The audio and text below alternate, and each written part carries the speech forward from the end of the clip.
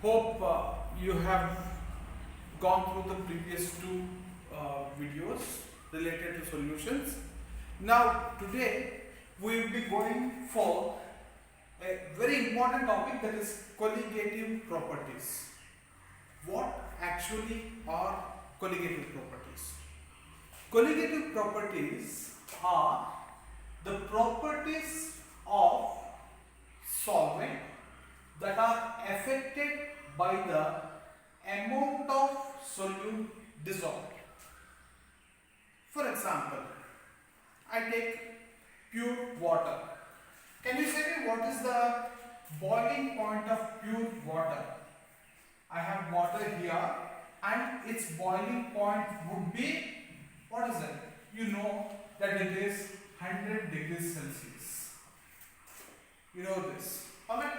To this, let us say if I add a small quantity of non-volatile solute. What do you mean by non-volatile solute? That means the component which cannot get volatile. The compound which cannot go to the vapor phase. When we add that one, what happens? Now you see we have a solution in which even these particles are there, the solute particles, they are dissolved. For this, the boiling point would be definitely not equal to 100 degrees Celsius. Do you understand this? Now what is the difference? This is a pure solvent, whereas this one, it is a solvent mixed with certain quantity of solute. And here boiling point is 100 degrees Celsius and here it is something different from that. I did not specify which solute I have added here. Are you getting it? Now, this boiling point is a colligative property. So I define it once again. Colligative properties are properties of a solvent. It's a property of a solvent that are affected by the amount of solute dissolved. Now you see, I have said I have added certain pinch of salt to this one. Alright? Just imagine if I add a bigger quantity of the solute. I have added more quantity of solute now. Alright? Now what happens? The solution which is formed will definitely have boiling point which is very much different from this as well as this. That means these colligative properties, they vary with the quantity of solute present. Right? I suppose this definition is clear now. Now, there are three different types of colligative properties. Three different colligative properties which are there in our syllabus. Those are vapor pressure lowering, freezing point depression, boiling point elevation. Besides these three, these are measurable quantities. Besides this, there is another one, that is osmotic pressure. There is another one, osmotic pressure. These four colligative properties are there. Alright? We would be discussing about one after other. Now let us see vapor pressure lowering. First of all, what is this vapor pressure? What do you mean by vapor pressure? Let me take one working sheet. What is vapor pressure? Supposing if I have a container, and I have taken a solvent in it, and I am taking different situations in which, let me say, volume of solvent is 100 ml. Everywhere it is 100 ml, volume of solvent. I am changing the quantity of solute. Solute which is added, that is here 5 grams, 10 grams, 15 grams, 20 grams of solute. Okay, and let me take this one as 0 grams. What does it mean? That is, it is a pure solvent. It is a pure solvent. And now I am constantly heating all this. Constantly I am heating all these solutions which are having different solute quantities. Alright, I will come back to this little later. Now, you see here.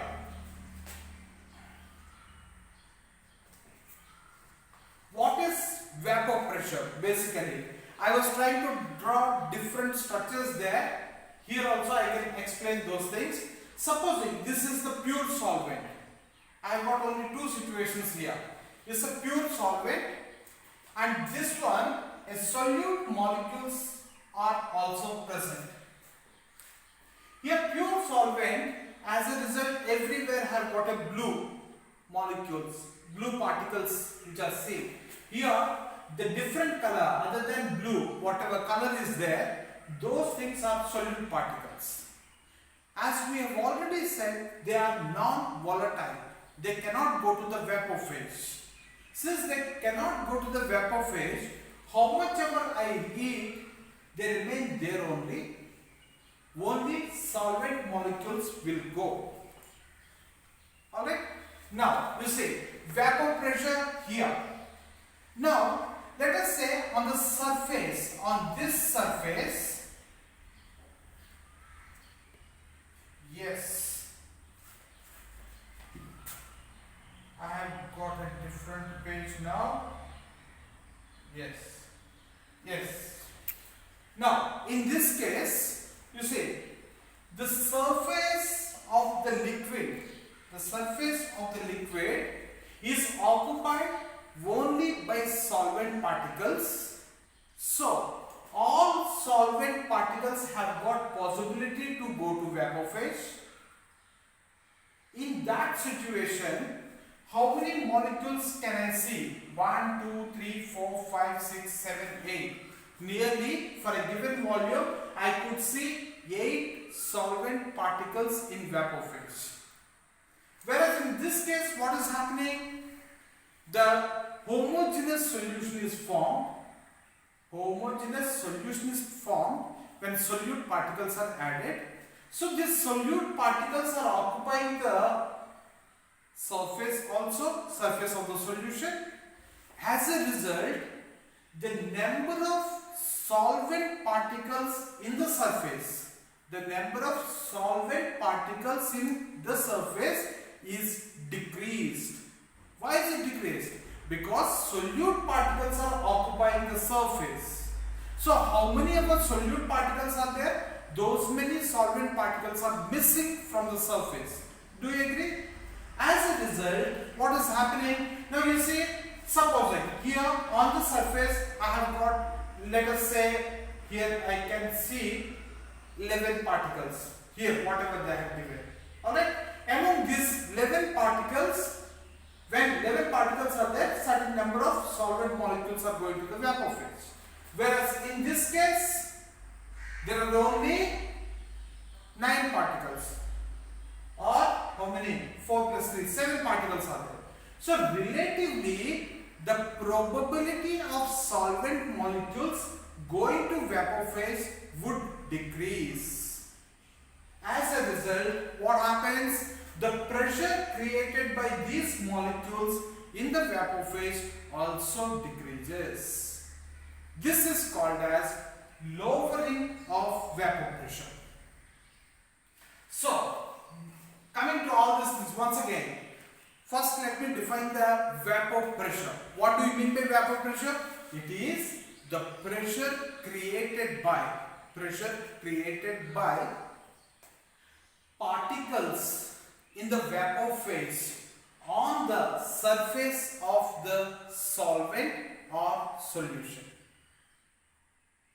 Vapor pressure is the pressure created by the solvent particles on the surface of either solvent or solution. Now we are going back to once again to our working sheet where we have drawn. You see different samples are there. Since we have said this is the pure solvent, on the surface I have all solvent molecules. Let me say 1, 2, 3, 4, 5, 6, 7, 8, 9, 10, 11, 12, 13. 13 particles are there. When I add 5 grams here, out of 13, 1, 2, 3, 4, 5, 6, 7, 8, 9, 10. I am taking, I guess, let us say 3 particles are of solute. In the same way, when 10 grams, obviously what happens?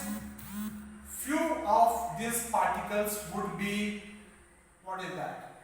Solute, and rest of the things would be solvent. You see this?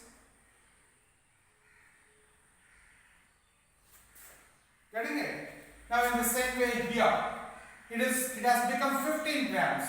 So obviously what happens? What happens? More of solvent particles. No, more of solute particles would be dispersed. I mean 1, 2, 3, 4, 5 we have written. 1, 2, 3, 4, 5, 6. I will write another one 7. This is it. Here what happens? 1, 2, 3, 4, 5, 6, 7, 8, 9. Remaining all others are, these are right. Now you see what is happening to the number of solvent molecules in the vapor phase, that we will see. In this case, at a given temperature, let us say, in this case where we have pure solvent molecules, we have, let us say, 20 particles in the vapor phase. We have 20 particles in vapor phase. How many would be there when we add 5 grams of solute? That also non-volatile solute. That also, what is that? Non-volatile solute.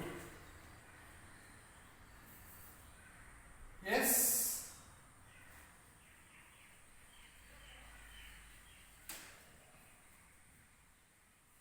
Non-volatile solute.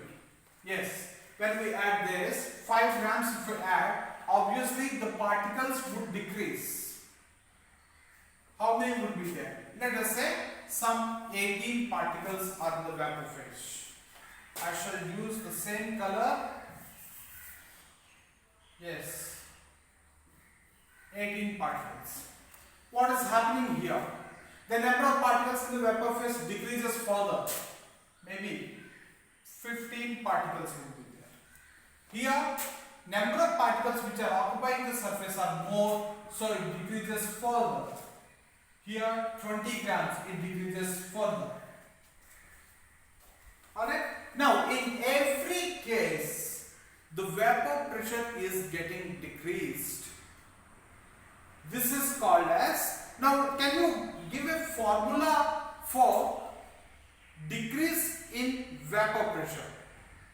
For that, first of all, let us see some of the terms. Like, if I write P naught, this is vapor pressure of pure solvent. Vapor pressure of pure solvent at given temperature. That is, in this case, whatever is there, that is P naught. Okay. So if we take another term, that is P. What is this?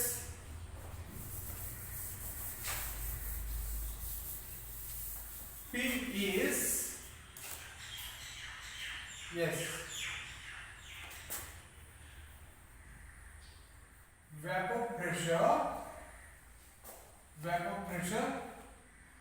in solution. Vapor pressure in solution. Alright, now what it would be? We are going for some other formula. Among these two values, can you say me which one is the lower value? Which one is the lower value? Lesser value would be vapor pressure in solutions. Alright, now if I want decrease in vapor pressure, decrease in vapor pressure, decrease in vapor pressure, what it would be? P naught minus Ps. If I take test Ps, okay, or decrease in vapor pressure, or what is that? It is a lowering in vapor pressure. Lowering in vapor pressure. Now another term is there, that is relative lowering in vapor pressure.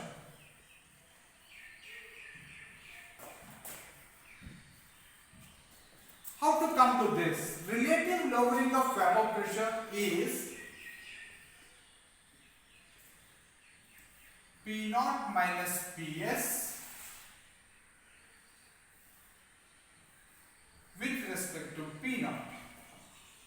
This is relative lowering of vapor pressure. That means decrease in the vapor pressure with respect to the original vapor pressure. This is relative lowering of vapor pressure. And as per the definition,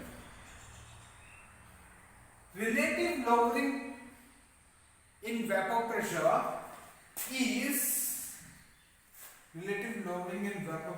is equal to mole fraction of solute. Mole fraction of solute.